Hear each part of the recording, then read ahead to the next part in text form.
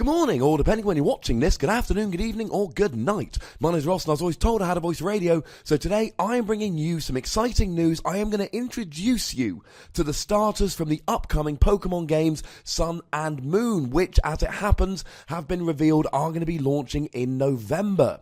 Now, when I say introducing you, I of course mean ranking, because why would I just tell you about them when we could rank them in order of how cool they are? So the first cool piece of information we got today was that these games are going to be set in the Alola region. And if that word seems a little bit familiar, it is very, very similar to the word aloha, which of course is a Hawaiian word, which I am led to believe means both hello and goodbye, regardless of what its actual meaning. And I'm sure you guys will correct me in the comments if I am misinformed. It is the word with which we associate Hawaii the most. So clearly this got me thinking, right, it's set in Hawaii. I thought I was nice and clever. Here's a picture from the trailer showing the world from the game, and I thought, oh, it's set in Hawaii. I'm so clever, I've worked it out all by myself. And then I saw the Japanese trailer, which is phenomenal. I'll put a link in the comments. If you haven't seen it, watch it, guys. It's fantastic. It's very obviously set in Hawaii. But you know what? I quite like that. Firstly, I've been to Hawaii and it's amazing. Don't believe me? Here's a picture of me in Hawaii. Boom. Secondly, it's just an awesome place, Hawaii. It's beautiful and it's mystical and it's got old legends, and it seems like the kind of place we should be setting a Pokemon game. Pokemon themselves have some history in Hawaii. The World Championships have been held there a few times, most recently in 2012. Don't believe me? Here's a picture of me in Hawaii at Worlds 2012. That's right, ladies and gentlemen. I use the same picture twice, and I'm not even sorry. So, let's introduce you to and rank these starters. At number 3, Lytton. Where does the name Lytton come from? Well, it's the word lit crossed with the word kitten. Now, if you think, hang on a second, that sounds familiar, yes. Because Litleo is a Pokemon previously named for Lit, and Leo meaning, of course, lion. So not the most original, shall we say. And, of course, kitten, because it's the basic. It will evolve into a stage 2, as all these starters do, so you can see where they're getting the kitten from. For me, it sounds a little bit too much like a cross between kitten and litter, which brings us with kitty litter, which is, shall we say, not the image I want when I'm playing Pokemon. Now, this is a fire starter, no pun intended. There's always a fire starter in every Pokemon game. We might as well have one here. Something which a friend of mine, David Hockman, pointed out. If we look on his head or her head here, we see what looks like a burnt grass symbol. Now, maybe this is just a little bit of a coincidence. Maybe it's because, obviously, fire Pokemon have a typing advantage over grass Pokemon. Or maybe it's hinting at something else entirely. Time will tell.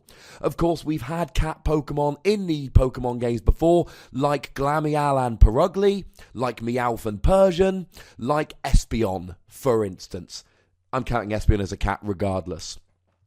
In at number 2, and oh my goodness, I wanted this to be number 1, but I'm hoping when we look at number 1, you'll see why I changed my mind. At number 2, we have Rowlett, who, I'm going to be honest, looks a little bit like Owly, the comic book character. However, he has a cool little grass bow tie or seed bow tie, or I'm not entirely sure how to describe it. It's a leaf, there we go, a leaf bow tie, and I think he's pretty gosh darn cute. I love me some Rowlett.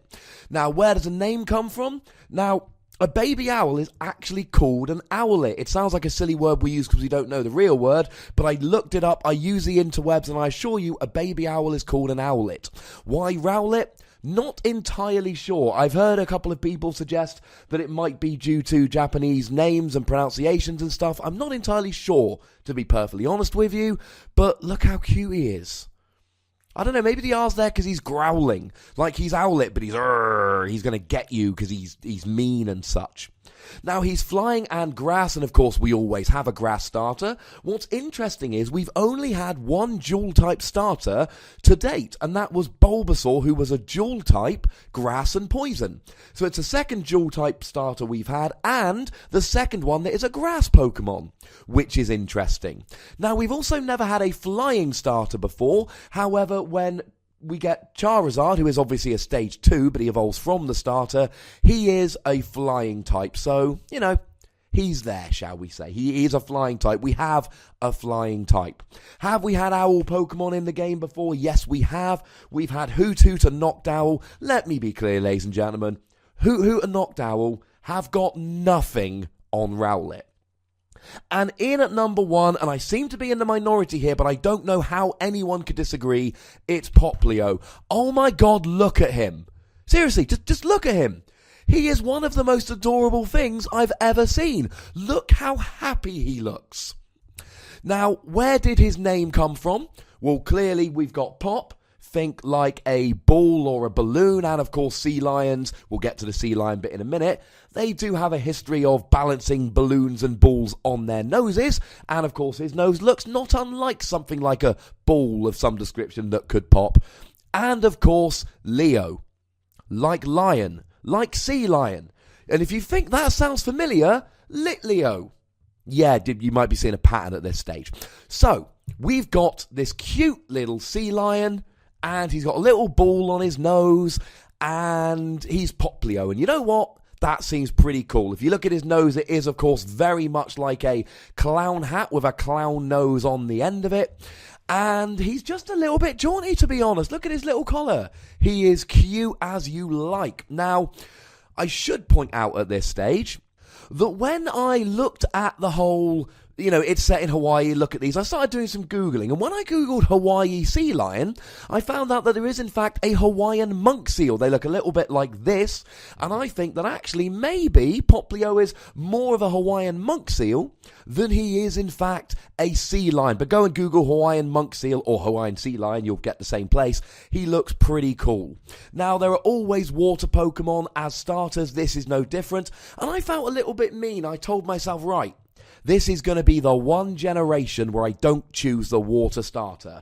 Froakie, I love me some Froakie. He was my X and Y starter, but you know what? I am going to not like the water starter. I'm going to pick a new one. I'm sorry, ladies and gentlemen. It's in Popplio. He is the best. Now, we have had a sea lion Pokemon before. Say hello to Dugong.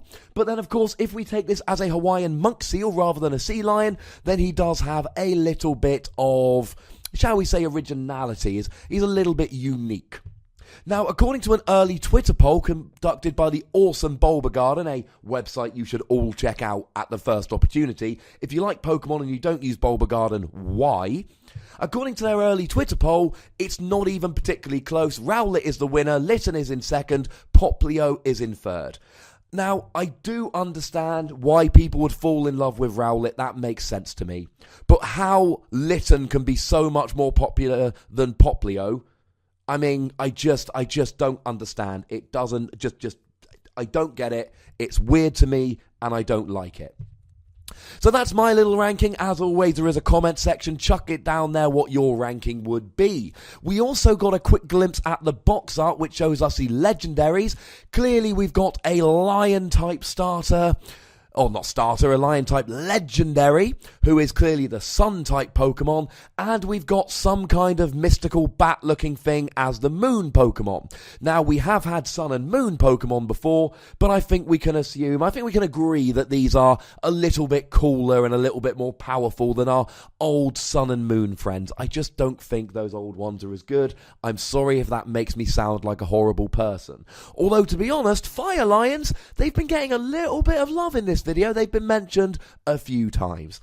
So you know the deal, ladies and gentlemen. There is a comment section. Chuck it down there below. Tell me which your favourite starter is. Maybe hashtag team Popplio, or if you really want to pick one of the others, I suppose you can do that instead. Give me a ranking of the starters 1 to 3, and let me know if you like these kind of videos. This is my first TCG focused video. Was it a good one? Was it one you like? Would you like to see more in the future? There is a like button. I might suggest you click it, click it, click it, click it, click it. Have you done it yet? Thank you very much. If not, why do you hate me?